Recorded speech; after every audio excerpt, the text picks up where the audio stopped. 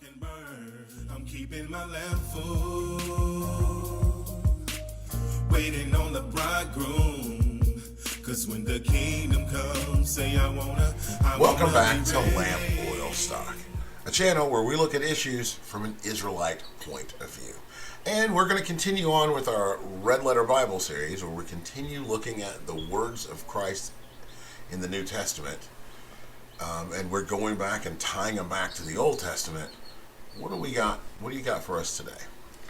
Well, generally what we've been trying to do is just read what Christ says. But as we continue on for this one, and I know the next one as well, we can't do that, because if we just read what he says, it makes no sense. You gotta have some context. Gotta have a little bit of the story. So we're gonna read Matthew chapter 8 verses 1 through 4. Okay. Verse 1 says, "When he was come down from the mountain, great multitudes followed him. Verse 2. And behold, there came a leper and worshipped him, saying, Lord, if thou wilt, thou canst make me clean. 3. And Jesus put forth his hand and touched him, saying, I will, be thou clean. And immediately his leprosy was cleansed. And 4. And Jesus saith unto him, See thou tell no man, but go thy way, show thyself to the priest, and offer the gift that Moses commanded for a testimony unto them." Okay. Now, I got a couple of questions. Okay. Knowing I know where we're going to be going with this. So let me ask question number 1. What version of the Bible have we been using? The King James Version. Right. And that's mostly the version that we use all the time. It's Right. the King James Version. Right. Now, so let's kind of tear some of this apart and look at it a little bit here. Let's look at seeing how I know, like I said, I know where we're going with this. Well, okay, so my thing is, if you're reading the Bible and you're reading in the New Testament, if something in the New Testament seems like it doesn't go along with what was said in the Old Testament, then it's because you don't understand what's being said. Right. Right? So then I have to look deeper. So when we did our last video, and I was like, okay, so Christ is a prophet that Moses spoke of. Right. But then we go to chapter 8, and it says this man came and worshipped him. Okay, Well, yeah, so that was what I was going to say. Okay, I got a bit of an issue here. Okay, a little bit of an issue. So I had an issue with that. So I went to the Strong's. Yep. And looked it up. And so I'm going to read it from the Strong's. I'm going to do Matthew chapter 8 verse 2 from the Strong's, and it says, "Suddenly a leper came and knelt before him, saying, Lord, if you are willing, you can make me clean." Okay, so now this is a very different context here. Right. So in the King James Version, it says he came down and worshipped him. Right. And in the Strong's, it says he came down and knelt. Right. Right. So as we were talking about it, we went back and pulled. I was on Bible Hub, just to say where I did this at. I went over to Bible Hub and looked at every. You can do a parallel. You can have the King James on one side and then different versions on the other side. So I did what you suggested. I went through and looked at every translation, and all of them have knelt. Only the King James has worshipped. Okay, so I think one of the things is that we don't understand, being American in the United States, we've never had kings, so we don't really understand that whole dynamic. Because if you go back to the so-called Christmas story, where the 3 wise men show up and they bring gifts. Well, in America, they celebrate Christmas and they give gifts because they say that the wise men gave Christ birthday gifts. Well, that's not true. a king was born, and it is customary for people, if they go in front of a king, to bring gifts. So the wise men brought gifts to give a king in that story. Now here we have another story where this man comes and he kneels before Christ. Right. Because Christ is a king. And so he was giving that homage to this person who had more power than he did.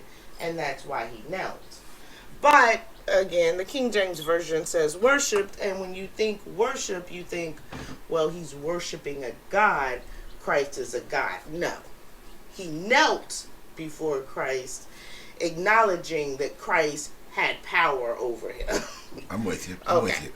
Now, the next part of this, because of where that word worship falls into this line, it makes it seem like, I'm going to read the whole line from the King James.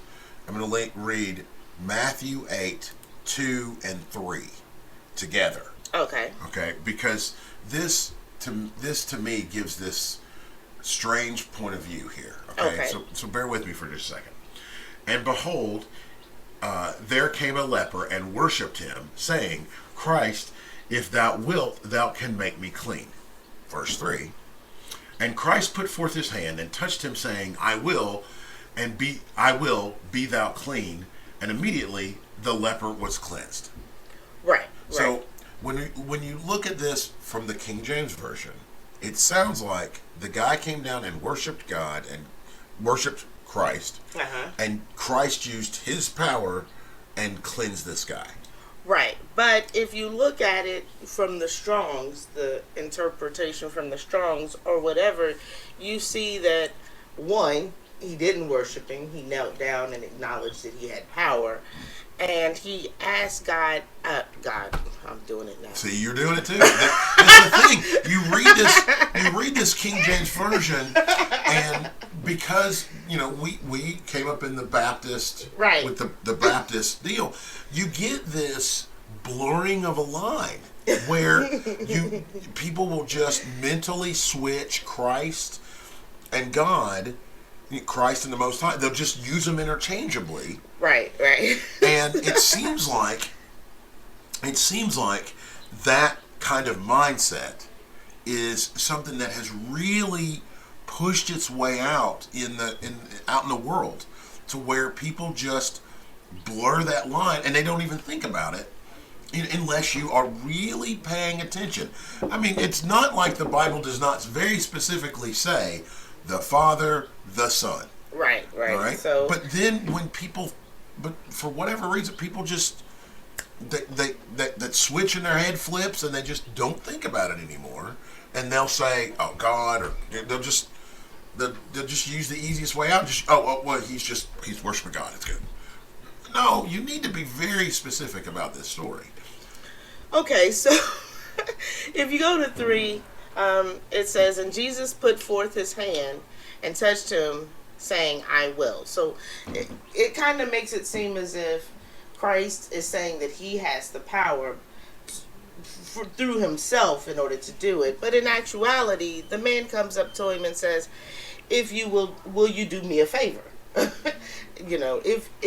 Because I know that the Most High is giving you the power of healing.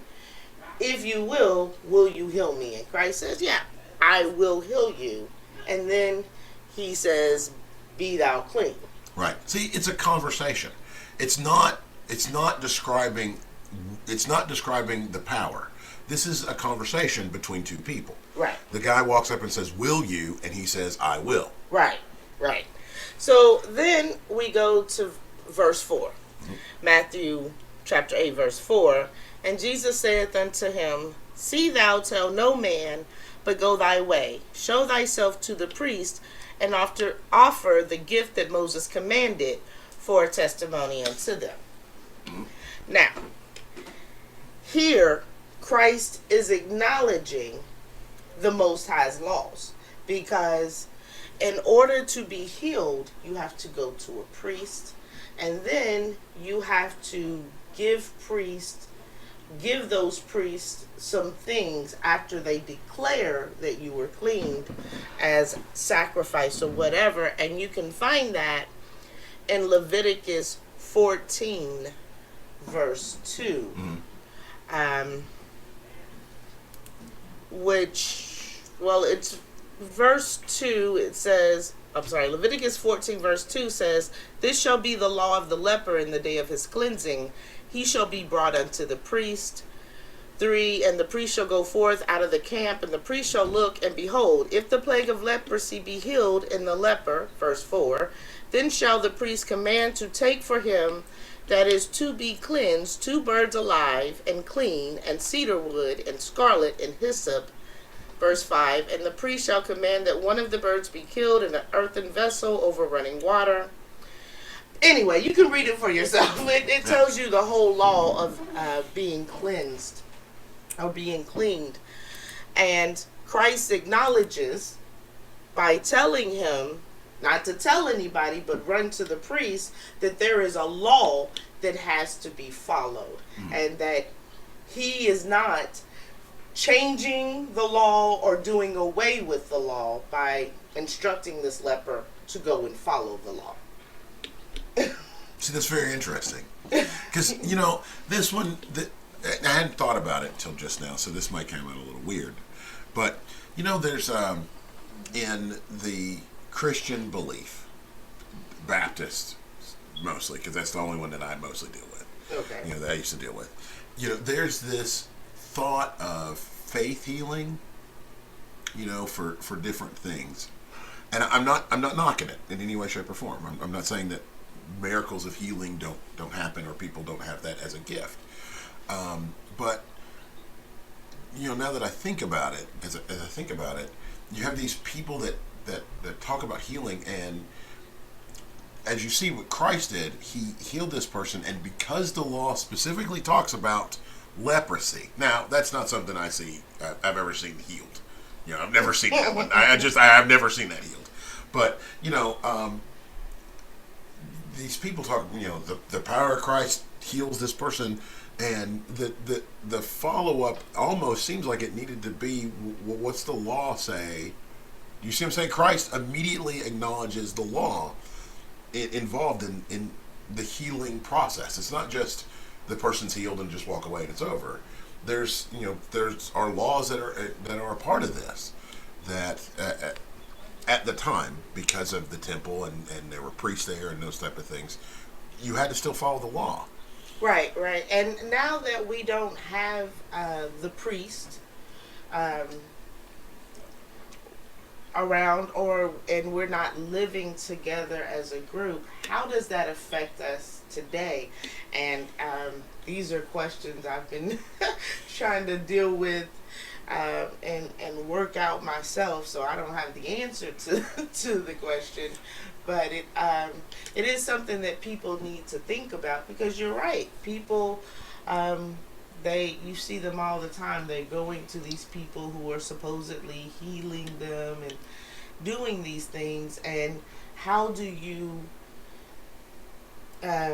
put that together with the law? In one instance in the Bible, it says that if you are sick, that you are supposed to go to an elder, have them put oil on you, and pray for healing. But even with that, I'm not exactly sure how that and these different laws about, being outside the camp, if you're sick, you got to be outside the camp. Not really sure how all that stuff comes together and works. And and I'm not trying to, I'm just bringing up the point to really think about it. As we talk about it, as Israelites, we talk about we're under the law. We're trying to follow the law as best as we can. That is the goal. And when you read these stories in the New Testament, and as you see, like with this one, Christ is very specific. He heals this person and then tells them, look, the law is still going on. This is what's happening. It's just we as it coming into the belief at this point, we didn't grow up this way. We grew Right. up as Baptists, and with Baptists, it's very different. The idea is just, oh, you're healed and it's good. Come back to church the next week. Go to the doctor. Yeah, or whatever it may happen to be. The story that comes to mind that will always get me is the Wonder Bread guy. I don't know if you can remember this story, but there was this guy here in America that his thing was he would back up a truck of Wonder Bread to a church, and he would pray over the whole over the whole tractor trailer of Wonder Bread. And then when people, this is one of those, you know how they used to do those revivals during so he would back up a big truck of Wonder Bread, which he prayed over. And then when people come up to say they wanted to be healed, they were sick, they were whatever, he would literally give them a loaf of Wonder Bread and say, by the time you eat this, you'll be healed. And then, he would do this to everybody. And then he would say, don't forget to leave an offering. Because his point was to get money. It was not about healing anybody. And that's why I did it, because, but how long does it take to eat a loaf of bread? You weren't eating at that moment. See what I'm saying? By the time you eat that loaf of bread, he's gone. This guy's left. Well, the problem is that the Bible says that my people perish from a lack of knowledge. That's the point I was trying to get to We right have there. a little information, and a little information is deadly, because people, they fall for these types of things over and over again because they know just a little bit and they want it to be true. Now see, and I agree with you wholeheartedly, but I want to bring up one last point in verse 4. Okay. And this is why I used the Wonder Bread guy. Okay, I know the story of the Wonder. I mean, I saw there's a video about it somewhere. I have to find it, but that doesn't matter. The point is what Christ says in verse 4. Mm-hmm. He says, and Christ saith to him, "See that you tell no man." Mm-hmm. Right, but go away and show thyself to the priest. So, I'm going to kind of pose this question a little bit differently. What fame does Christ get from this healing? If everything that Christ said, according to verse 4, right, you would never know about it. Right. You see what I'm saying? I mean, like, this guy's healed, and he, of course, is going to go off and see the priest. But you would never know. No one would ever know what happened beyond the fact that this guy was healed. That would be it. Because if you knew him, you would know that he was sick one day and healed the next, and that would be it. That would be all that you would know. The reason I bring this up is like I said, and in the Baptist tradition, that's a thing that people use for credibility. Oh, I can heal and I can do whatever. They used it for that. Where Christ is very specific to me. He is saying, if he heals somebody, it's not about him. That person is healed. Everything that should happen should be pointed to the Most High. It is not about that Christ healed this person or that someone else did it. That's not what it's about. Right. Everything is supposed to be leading people to the Most High, not to an individual person. Now, of course, with Christ, you can't help but get that type of fame when you are living a lifestyle and showing people how to live a lifestyle that's contrary to everybody around you. Right. You're going to stick out like a sore thumb. Yeah, oh yeah, people are going to know. But there's a difference between seeking that type of fame and it being thrust upon you, right. I guess. So, I don't have anything else. Well, guys, listen. Thank you all so very much for taking out a little bit of time and watching our videos and checking out these things. Hopefully, this has inspired you to go back, read a little bit in the Bible yourself. Like I said, today we're talking about Matthew 1-4, Matthew 8 1-4. But we also touched on Leviticus and other places in the Bible. So hopefully something here inspires you to do that as well, to develop that personal relationship with the Most High. So question, do you have anything else? Kwam Yasharala. Bye.